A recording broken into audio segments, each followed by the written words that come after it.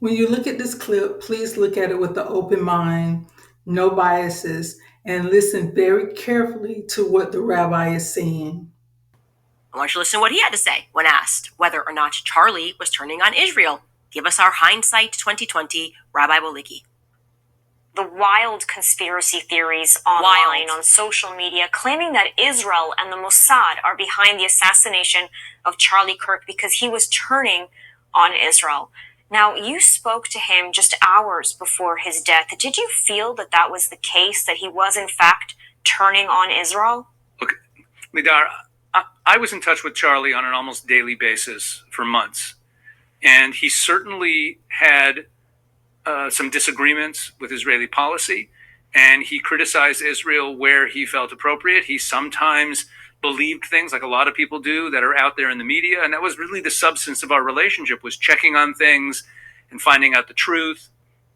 But that doesn't mean that he was immune to the negative sentiments that were out there. And there were a lot of people around him in the America First movement who were actively working on him to try to get him to turn on Israel. But the real answer to your question is the meeting that I had with him. And the entire purpose of the meeting, called by Charlie called this meeting, and it was on our schedule for weeks, was that he was going out on a campus tour. Utah was the first stop on his new campus tour. And what a lot of people in Israel do not realize, or in the pro-Israel community do not realize, is that between 40 and 50% of all of the questions and challenges that he would get on these campus tours were usually about Israel. Because the campuses, of course, have a lot of anti-Israel sentiment, and Charlie was known as a supporter of Israel. So he ended up being in a position where he was defending Israel all the time. And it drove him crazy because he wanted to talk about America, but he was defending Israel all the time. So in preparation for this new campus tour, he called a meeting of a few people that he trusted to talk about Israel issues and to anticipate the questions that he would be getting, the challenges that he would be getting on this campus tour, and to make sure that he had the truth and that he could formulate answers that he was comfortable with. If Charlie had turned on Israel, why would he even bother with a meeting like that? Why would he call a meeting with a few pro-Israel friends of his to talk through Israel issues, to make sure that his facts were straight and his talking points were straight so that he could defend Israel better? If he was turning on Israel, he would have had Candace Owens and Tucker Carlson in the meeting planning to throw Israel under the bus. The entire premise of the meeting refutes that theory. Now that you've seen that clip, I'm going to show you what Candace Owens said right after. And you can see that she's contradicting everything that he has said. So listen to what she's saying very carefully. How are you feeling about that? Now that you know that Charlie actually mentioned both Tucker and Candace 48 hours earlier as they were trying to do what they always do, which is control who he's allowed to speak to, control who I was allowed to speak to back when I was within the Zionist movement and waking up and realizing something was dangerously wrong when they started to try to control my voice. It's unbelievable. It's really unbelievable to reflect on that. Now, I would say again, Rabbi Waliki, more of a soul.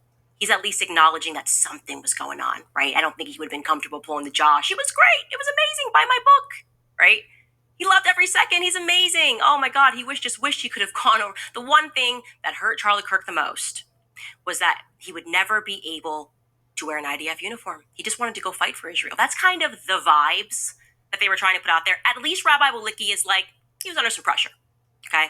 He's saying it softly, but he was kind of needing to have a conversation to say he's not comfortable answering these questions anymore because he doesn't feel this way anymore. He realizes something is wrong. I told you he was particularly worried that Israel was infringing upon speech in America. I have text messages to that effect. Okay, so there's no undoing that. He was aware that they had lost the PR war, and it was weighing on him that he was seen, as Rabbi Waliki accurately states, as this person who just defends Israel, especially when what they are doing is so plainly immoral. It was starting to fracture people's viewpoints of Charlie, right? And Charlie, like I said, when he got into this, like when I got into this, we were genuinely pro-Israel. There was not payment that was coming in. Was I ignorant? Yes. I've owned that 1,000 times. I thought it's not a relevant topic, and it makes sense. The low-hanging arguments make sense. Why can't they have your own country? Whatever. When you heard the rabbi, he was stating that a lot of people that was with America First was putting Charlie Kirk under a lot of pressure to speak more about America and less about Israel. And then when you listen to what Charlie was saying himself, he was frustrated that he spent more time defending Israel than what he wanted to talk about as far as America. And that goes back to his letter. If you reread his letter that he sent to Benjamin Netanyahu, you would see that he was saying the same thing. I spend more time defending Israel when you as Israel should be doing that yourself. And he was giving them tips on how to use social media to defend themselves. So there's no contradiction as far as what the rabbi said, what Charlie said in the letter, and what the rabbi was saying that Charlie was saying as far as his frustration with Israel. You can see the rabbi said at no time did Charlie Kirk say he wanted to separate himself from Israel. He wanted to get true information, right information. So when he did go out to college campuses and they asked him those questions, he would be able to give them the correct information. His frustration was with, just him always defending Israel. He did not agree with everything Israel did or said, but he never stated he wanted to separate from Israel. Then another thing the rabbi said was, if Charlie Kirk was through with Israel and wanted to throw them under the bus, he would have invited Candace Owens and Tucker Carlson on the at the meeting, but he didn't. Then when you listen to Candace, she's saying, "See, I told you." I don't know. I'm not saying it verbatim, but she said, "See, you Charlie wanted Tucker Carlson and Candace Owens at the meeting." That's what he was saying before he died. She took the whole conversation and twisted it around because that is not what was said.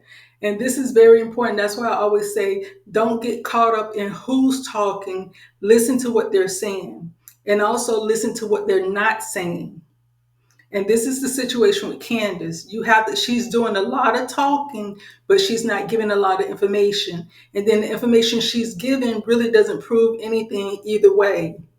It's just conversation people have, but it's out of context. So you really don't truly know what they're talking about.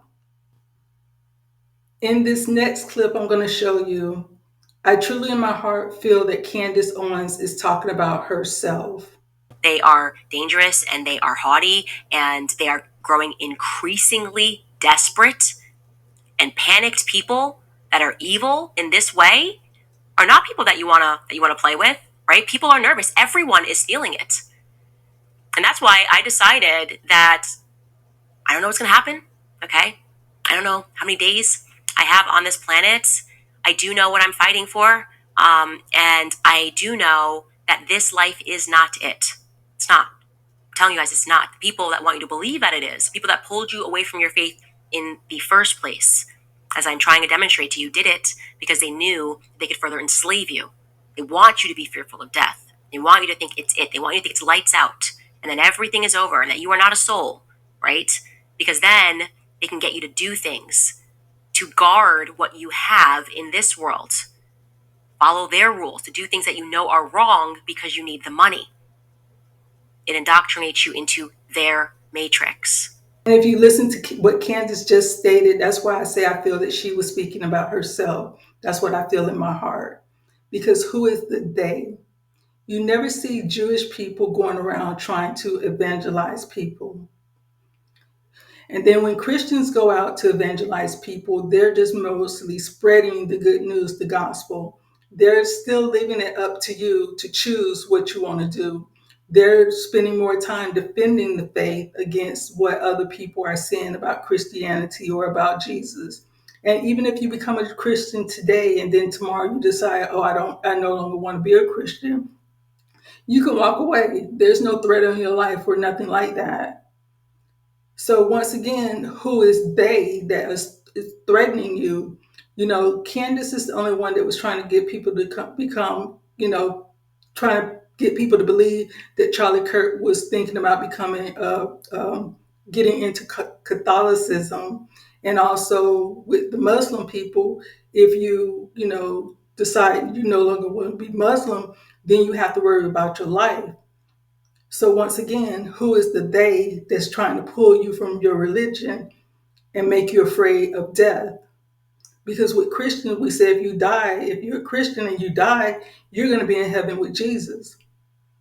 We talk about all the martyrs who died because they did not want to change their religion. They wanted to stay a Christian. They would rather die as a Christian than live as any other religion. So once again, who is the they that Candace is talking about?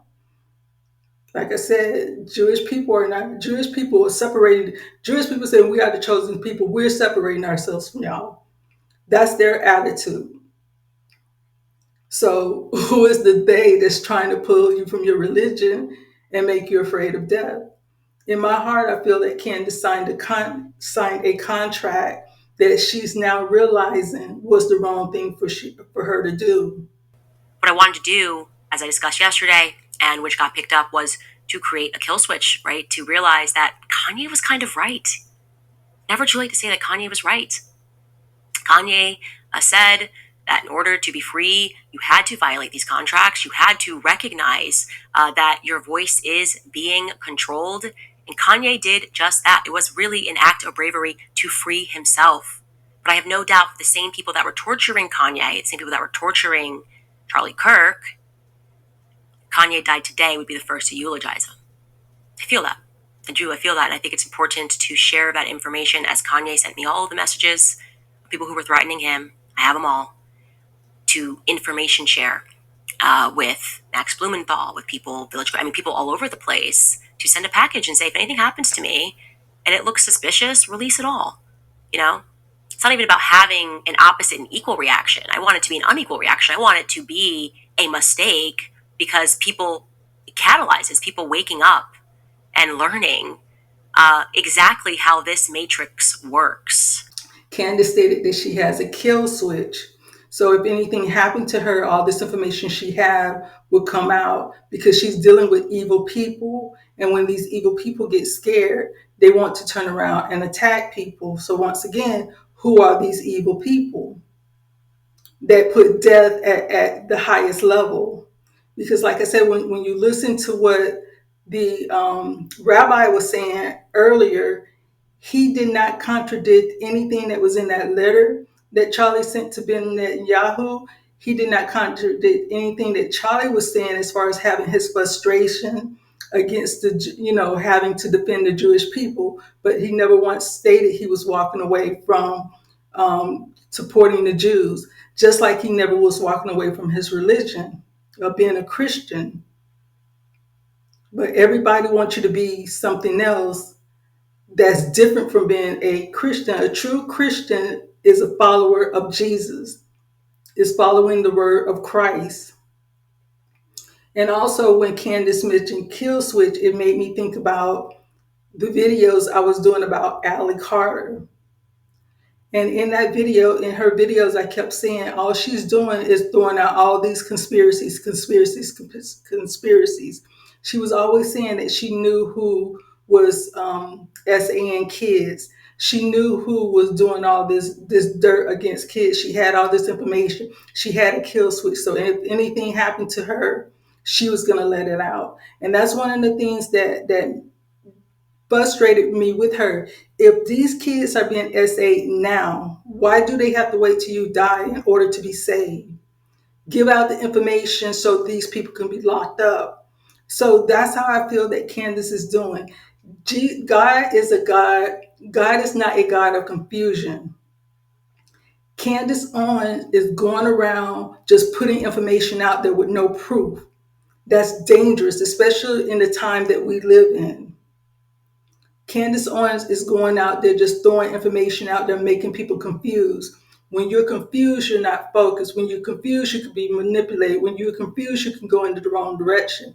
Jesus said, I am the way, I am the truth, and I am the life. So that means if you want to go in the correct direction, you need to remember who your God is. He is not a God of confusion. He's not going to confuse you with information. He's not going to confuse you with rituals. He's not going to confuse you with anything. He's not going to contradict himself. And on darkness, once you shine the light on darkness, everything is exposed.